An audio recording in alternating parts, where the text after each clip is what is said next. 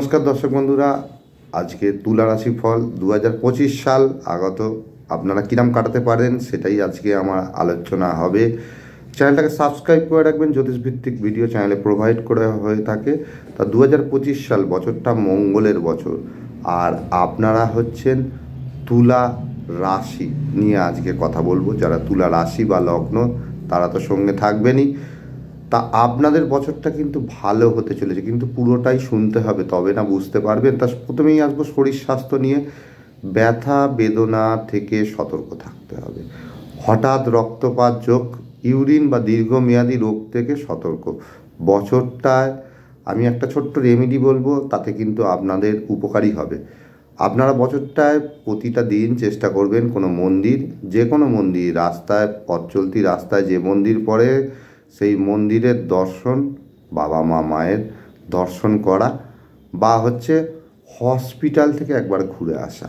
এই দুটোর মধ্যে একটা যদি রোজ করতে পারেন তো খুবই ভালো। এইটা কিন্তু আপনাদের শরীর স্বাস্থ্যের অনেক উন্নতি ঘটাবে।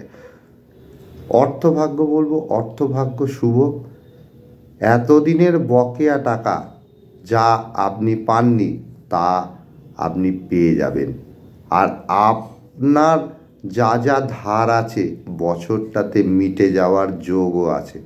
একাদশে কেতু সাফল্য এনে দেয়। তা হঠাৎ আপনারা এই বছরটা আপনাদের মোড় ঘুরিয়ে দিতে পারে। তা কেতু এবছর রাশি পরিবর্তন করবে, রাহু রাশি পরিবর্তন করবে। কেতু আপনাদের দ্বাদশে ছিল, একাদশে অবস্থান করবে। রাহু আপনাদের ষষ্ঠে ছিল, পঞ্চম ভাবে অবস্থান করবে। তা ক্ষণার বচন আছে, একাদশে কেতু পরের ধনে বাঁধে সেতু। তা এই যে সুযোগ তা আপনারা পাবেন না। বছরটা আপনারা কাজে লাগান, বছরটা মঙ্গলের বছর, আপনারা কিন্তু অনেক লাভ ওঠাতে পারেন। আর এবছর আরও একটা কথা বলে রাখি, গাড়ি বা বাড়ি ক্রয় বিক্রয়ের জন্য বছরটা আপনাদের জন্য প্রচণ্ড শুভ। আপনারা শুধু বুদ্ধিতে শান দিন। প্রেমের ক্ষেত্রে আসি। এপ্রিল মাস থেকে প্রেমে সাফল্য পাওয়ার যোগ। এতদিন যারা প্রেমে সাফল্য পাচ্ছিলেন না তাদের কিন্তু শুভ সময়। এপ্রিল মাস পর থেকে প্রেমে সাফল্য পাওয়ার যোগ, কারণ এতদিন শনি ঠিক আপনাদের পঞ্চমভাবে অবস্থান করেছিল। শনি ষষ্ঠভাবে গোচর করে যাবে 29শে মার্চ।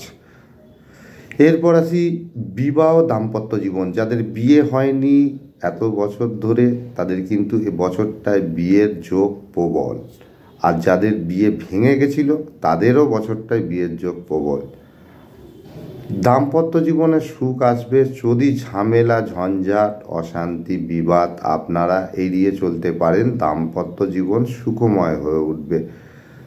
আর আবার অনেকে দাম্পত্যে বিচ্ছেদ বা হানিও হতে পারে, তাই সজাগ সতর্ক থাকতে হবে বছরটায়। কারণ মঙ্গলের বছর, মঙ্গল রাহু যাদের দুর্বল তাদের কিন্তু এই জিনিসটা হতেই পারে। আমি এই রাশি বলে বলছি না, এনি রাশিরও হওয়ার যোগও প্রবল। মাথা গরম, মাথা ঠান্ডা রাখতে হবে।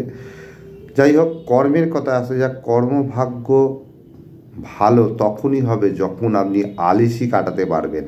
যদি আলিসি কাটিয়ে কর্মে অগ্রগতি হতে পারেন তা বছরটা আপনার ভাগ্য আপনার সঙ্গে থাকবে। কারণ আপনি যদি কর্মে অগ্রসর হন আর আপনার বছরটাতে ভাগ্য কিন্তু শুভ দিয়েছে, তবেই কিন্তু ভাগ্য আর কর্ম যদি দুটোকে যোগ করলে তবেই কিন্তু সাফল্য আসে। তা সেই দিকে নজর রাখুন। আপনারা ভালো থাকুন, সুস্থ থাকুন। তা আবার দেখা হবে নেক্সট ভিডিওতে।